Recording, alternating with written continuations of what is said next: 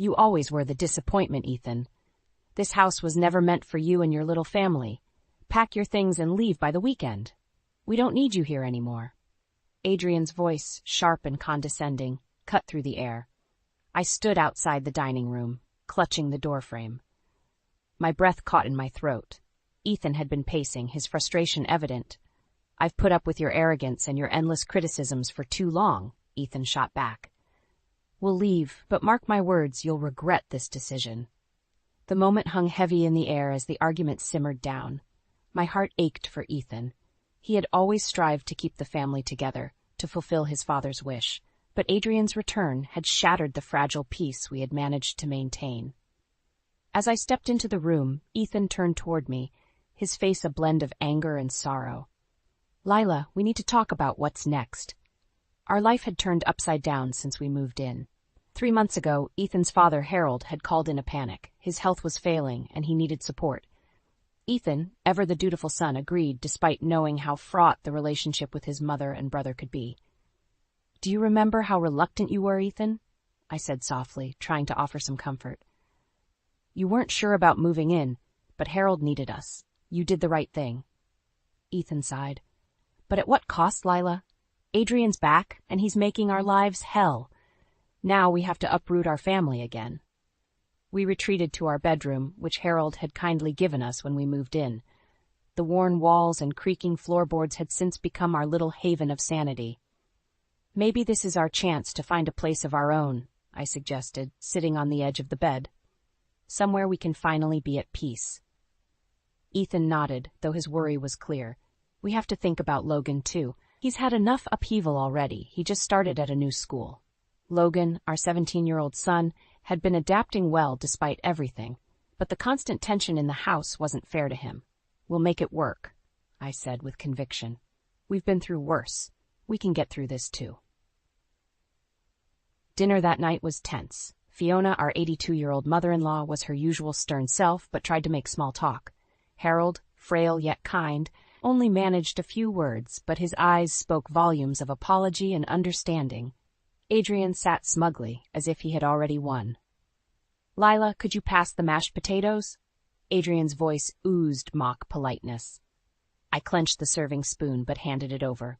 Ethan barely touched his food, his mind clearly elsewhere. Later, as we lay in bed, Ethan turned to me, determination in his eyes. "We'll pack up tomorrow and start looking for a new place first thing. We deserve a life free from all this." I squeezed his hand. Despite the turmoil, I believed in our ability to move forward. We had each other. And that was enough. Morning dawned, and the house was eerily quiet, a stark contrast to the tension that had filled it the night before. Ethan and I started packing our things, prioritizing the essentials. Logan helped, his usual teenage grumbling absent. He knew the gravity of the situation. "Do you think we'll find something soon?" Logan asked, folding his clothes into a suitcase. "We will, Logan," Ethan replied firmly. "We'll find a place where we can be happy. This is just a bump in the road." As we boxed up the last of our belongings, Harold shuffled into the room, leaning heavily on his cane. "Are you sure about this, Ethan?" "There's no other way, Dad," Ethan said, his voice softening. "Adrian has made it clear we're not welcome here." Harold's eyes grew misty. "Your mother? She favors Adrian, but I never wanted this. I'm sorry things turned out this way." I placed a hand on Harold's arm. "We know, Harold, you've always been kind to us." By midday, Adrian had made his presence known, sauntering into the room with a smug look on his face. "Need any help moving out faster?" he sneered. Ethan straightened, his fists clenching. "We're handling it, Adrian. Don't worry about us." Adrian laughed. "Oh, I'm not worried, just making sure you don't overstay your welcome." My jaw tightened, but I held my tongue. There was no point in engaging with him. By evening, Ethan's mother, Fiona, appeared in the doorway, her face a mask of indifference. "Dinner's ready," she said curtly. "You might as well eat before you go." The dining room felt colder than usual. Fiona and Adrian seemed to carry on as if nothing had happened, while Harold remained silent, his sadness palpable. We ate quickly, wanting to get the meal over with. "Mom, could you stop pretending everything is fine?" Logan suddenly spoke up, his frustration boiling over. "This isn't fair." Fiona glanced at him, her lips pursed. "Life isn't always fair, Logan. You'll understand when you're older." Ethan pushed his plate away and stood up. Enough. We're done here. We'll be gone by morning. He turned to Harold. Dad, take care. We'll keep in touch. Harold nodded sadly. Take care, son. We finished packing in silence, the heaviness of the situation wrapping around us like a shroud. As night fell, we squeezed into Logan's small room, sleeping on mattresses on the floor. Ethan's voice broke the quiet. Tomorrow, we'll find our new beginning. Remember, Lila, we're stronger together. I nodded in the dark, taking solace in his words. No matter what Adrian or Fiona threw our way, we would face it head on. Our family's bond was unbreakable, and that was more than enough. We arranged a moving van early the next morning and loaded our belongings with a mix of urgency and relief. Ethan arranged for a storage unit while we began our search for a new home. Logan, though visibly weary, kept his spirits high, cracking jokes to lighten the mood. Once we finished, we stood in the driveway, looking at the house one last time. Harold sat on the porch, watching us with a mournful expression. Fiona and Adrian were nowhere to be seen. Take care of yourself, Dad, Ethan called out. Harold nodded, giving a small wave. You too, son. Stay strong. We drove away, leaving behind the web of spite and manipulation. Within hours, we were checking out rental properties, hopeful that a fresh start was around the corner. Meanwhile, back at the house, Adrian began tightening his grip. He demanded the best meals, barking orders at Fiona and treating Harold like a nuisance. Fiona's earlier coldness towards us was now thawed by Adrian's escalating arrogance, and she grew weary of her once favored son. By the end of the day, Adrian's demands had only increased. Why can't you keep up, Mom? Is it that hard to make a decent meal around here? Fiona sighed, her patience wearing thin. I'm doing my best, Adrian. Maybe you should help out instead of just criticizing. Adrian scoffed. Help out? That's not my job, Mom. That's what you're here for. Harold, watching the growing tension, finally spoke up. Adrian, this isn't right. We need to work together, not tear each other apart. Adrian shrugged off his father's words, continuing his tirade without a care in the world. Back in town, we found a modest house that seemed promising. It wasn't perfect, but it was ours. As we began to settle in, Ethan's phone rang. He frowned at the screen. It's Mom. Are you going to answer? I asked, my curiosity piqued. He hesitated, then picked up. Hello, Mom. Fiona's voice was shaky. Ethan, I need your help. Adrian's, not what I imagined. He's too demanding. Ethan's expression hardened. You made your choice, Mom. You pushed us out. I know, Ethan, but Harold's health is getting worse and I can't manage everything, she pleaded. Ethan looked at me, seeking my input. I shook my head, firm in my resolve. We can't save everyone, Ethan, and we need to focus on us. He relayed the message to Fiona. I'm sorry, Mom, but we can't come back. We have to think about our family now. Fiona's sigh was filled with regret. I understand. As we ended the call, I hugged Ethan tightly. We did the right thing. They need to face the consequences of their actions. Ethan nodded, his eyes resolute. We have our own lives to rebuild. No more looking back. And with that, we began piecing together the fragments of our new life, basking in the freedom and opportunities ahead, all the while knowing that karma had its own way of setting things right. We settled into our new place quickly. It wasn't luxurious, but it was ours, and that was all that mattered. As we unpacked, the tension began to lift. Logan seemed happier, and Ethan's shoulders were slightly less hunched. Just as we started to feel at home, the doorbell rang. I opened the door to find Adrian standing there, his face twisted in a smug grin. What do you want, Adrian? I asked, barely keeping my composure. Adrian pushed past me into the living room. I've come to see if you're settling in well. Wanted to check up on my little brother and his lovely family. Ethan came out from the kitchen, his eyes narrowing. Get out, Adrian. You're not welcome here. Adrian raised an eyebrow. Is that any way to greet family? I just wanted to see how you're doing. We're doing fine, no thanks to you, Ethan snapped. You have no business being here. Adrian chuckled darkly. Oh, but I do. You see, Mom and Dad are struggling without your help. It's quite entertaining to watch. My blood boiled. How can you be so heartless? They're your parents. Adrian shrugged. They made their bed. Isn't that what you always say, Lila? Ethan stepped forward, his jaw clenched. You've said what you came to say, now leave. Adrian looked around, feigning disappointment. Such a pity. I was hoping for a cozy family reunion. But fine, I'll go for now. Remember, Ethan, you can run, but you can't hide from family responsibilities. With a final smirk, Adrian sauntered out. Dad, leaving a trail of tension in his wake. I turned to Ethan, my hands trembling. We can't let him get to us. We need to focus on us, remember? Ethan nodded, but the fire in his eyes was undeniable. He's not going to ruin this for us, Lila, I promise. Days turned into weeks and we found our rhythm. Meanwhile, reports from Fiona trickled in. It seemed Adrian's return had only added to their troubles. Harold's health was worsening, and Fiona found herself overwhelmed by Adrian's increasing demands and lack of support. One evening, the phone rang again. This time it was Harold. Ethan's face softened as he answered. Dad, are you okay? Harold's voice was weak but determined. Ethan, I need to see you. Things are bad here. Adrian is unbearable. Your mother can't cope. Ethan's resolve wavered, but he looked at me and I shook my head. We can bring Dad here, but we're not going back, I said firmly. Ethan relayed the message. Dad, pack your things. You're coming to stay with us. Harold's relief was apparent. Thank you, son.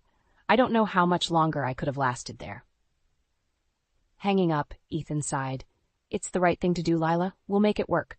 I took his hand. We're stronger together. We'll get through this. The next few days were a whirlwind as we prepared to bring Harold to our home. Despite the challenges, we held on to the belief that, together, we could face anything, and that, in time, Adrian and Fiona would reap the consequences of their own actions. The day Harold moved in with us marked a significant shift. His presence brought a mix of relief and underlying tension. We rearranged the small living room to accommodate his needs, determined to make him as comfortable as possible. Thank you for taking me in, Harold said, settling into the recliner we had bought for him. Your family, Ethan replied. We look out for each other. As days passed, we fell into a routine. Harold's gentle demeanor contrasted sharply with Fiona's demanding nature and Adrian's arrogance, making it clear why Ethan felt so conflicted about leaving them behind. One evening, as we sat around the dinner table, Harold broke the silence. I never wanted it to come to this. Adrian's behavior, it's inexcusable. Fiona, well, she's always had a blind spot for him. Ethan's face hardened. Dad, we all make choices. I just wish Mom had seen the truth sooner.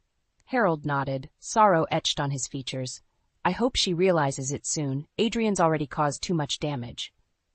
The phone rang, cutting through the moment. I answered, my stomach nodding at the sound of Fiona's voice. Lila, it's Fiona. I need to talk to Ethan. I handed the phone over, mouthing, it's his mom, to Ethan. He took it, leaning against the counter. Mom? What is it? Fiona's voice was strained. Ethan, I need your help. Adrian's behavior is out of control. He's draining our finances and refuses to help with anything. I don't know what to do. Ethan took a deep breath. Mom, we've heard about Adrian's actions, but you chose to support him over us. We can't keep fixing your mistakes. But Ethan, I'm desperate, Fiona pleaded. Harold's not there, and I can't manage alone. Ethan's face was set in stone. We're taking care of Dad because it's the right thing to do. But we can't rescue you from the choices you made. You need to figure this out. Tears welled in Fiona's voice. Please, Ethan, I can't do this alone. Ethan's resolve showed no cracks. You have Adrian, Mom. He's your son, too. He hung up, exhaling deeply. We have our own lives to lead, Lila. We can't keep getting drawn back. The next morning, as Harold and I sat on the porch, he looked at me with a sad smile. You've given me a second chance at peace, Lila. No matter what Fiona says or does, you've done more than enough. I squeezed his hand. We're just glad you're here with us. Later, Ethan took Logan out for some father-son time, while Harold and I enjoyed the quiet. The weight of the situation still lingered, but amidst it all there was a sense of newfound hope and determination. As the sun set, casting a warm glow over our small newfound sanctuary, we felt a glimmer of the future, one free from the past's relentless grip. In those quiet moments, we knew that, despite the chaos behind us, we were forging a path forward stronger than ever before. Life in our new home settled into a calm, manageable routine. Harold's presence was a constant reminder of the past, yet also a testament to the strength of our family. He found peace in the simple joys, afternoon walks with Logan, quiet meals together, and watching old westerns in the evenings. One afternoon, while I was preparing dinner, the phone rang. I answered, recognizing Fiona's strained voice on the other end. Lila, I need to speak with Ethan. It's important. I handed the phone to Ethan, who took it with a look of resignation. Mom, what is it now? Fiona's voice wavered. Ethan, Adrian's situation has gotten worse. His scandals hit the news, and he's lost his job. He's threatening to leave, and we're on the brink of losing the house. I don't know who else to turn to. Ethan's face was unreadable. Mom, we warned you about Adrian, but you chose to ignore us. Now you want us to clean up his mess again? There's no one else, Ethan. Please, we need help. Fiona's voice cracked. Ethan took a long, deep breath. We'll think about what we can do, but don't expect everything to go back to the way it was. He hung up and sat down heavily, looking at me. Adrian's finally facing the consequences of his actions. Fiona wants our help, but I'm not sure what we can or should do. I placed a reassuring hand on his shoulder. We've done our best to help. We need to protect our family now. As the days passed, Fiona's calls became more desperate. Adrian's downfall was public, and his wife had left him, taking what little they had left. The once confident brother now found himself at the mercy of the same parents he'd so easily disregarded when things were good. One evening, while Logan was out with friends, we gathered in the living room. Ethan broke the silence. I've decided we'll help Dad move in with us permanently. We can't do more than that. Harold nodded, looking relieved. I never wanted to be a burden. I just want peace in my last years. The next morning, Fiona called again, her voice heavy with resignation. Ethan, I know I've made mistakes and I've favored Adrian unfairly, but please, understand, we're desperate. Ethan was firm yet kind. I'm sorry, Mom, but Dad's welcome here. As for you and Adrian, you need to find your own way. We can't save you from the choices you made. Fiona's sobs echoed through the phone. I understand. Thank you, Ethan. She hung up, leaving a weight in the air. As we helped Harold settle further into our home, the reality of our decisions sunk in. We had chosen the path that protected our family, though it left Fiona and Adrian to contend with their actions alone. In the end, we found solace in knowing we had done right by those who deserved it, and that, sometimes, life's harshest lessons had to be learned the hard way. Our newfound peace, earned through hardship, was the beginning of a brighter, more hopeful future. The air was crisp as we prepared breakfast that Sunday morning. I could sense a shift in Harold's demeanor. He seemed more content, more at peace. The house, now marked by quiet resilience, felt like a safe haven.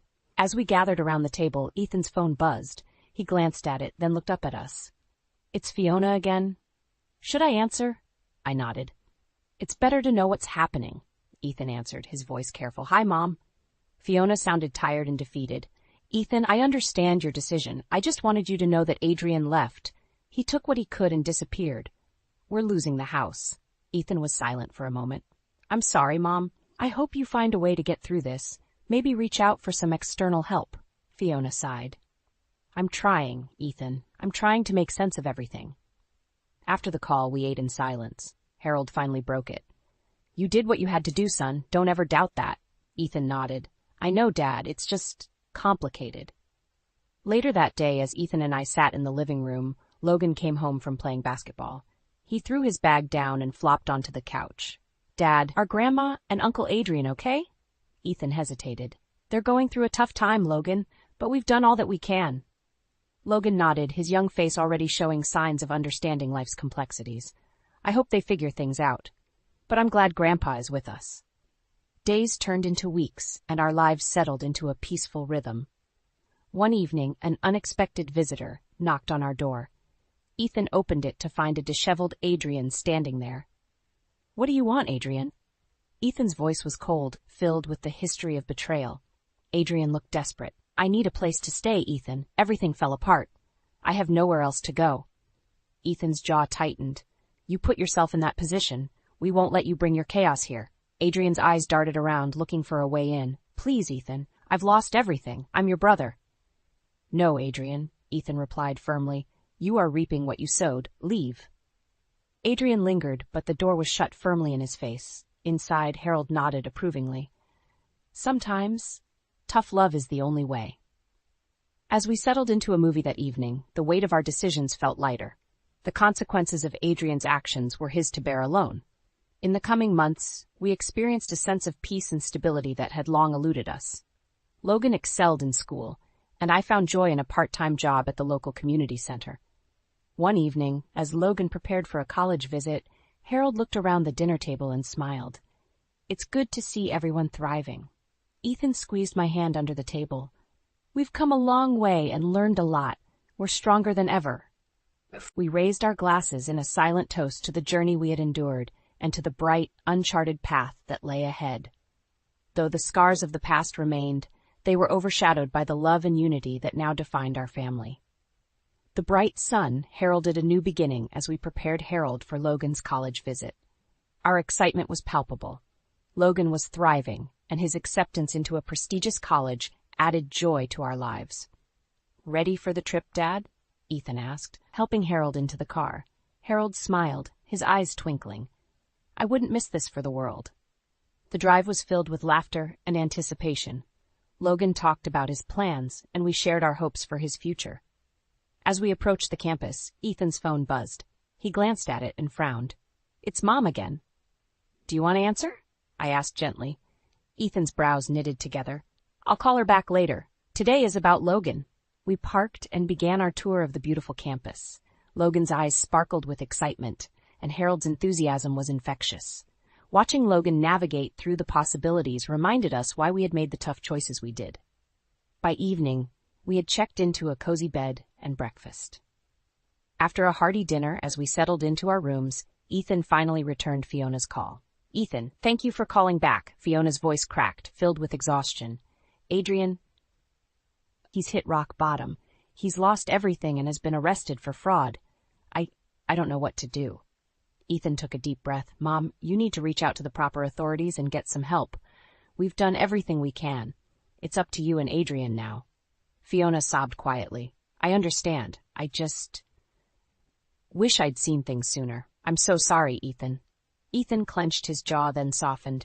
"It's in the past now. Focus on making things right. We can't fix this for you, but I hope you find the strength to move forward." After he hung up, Ethan sighed deeply. "It's never easy, is it?" I placed a comforting hand on his shoulder.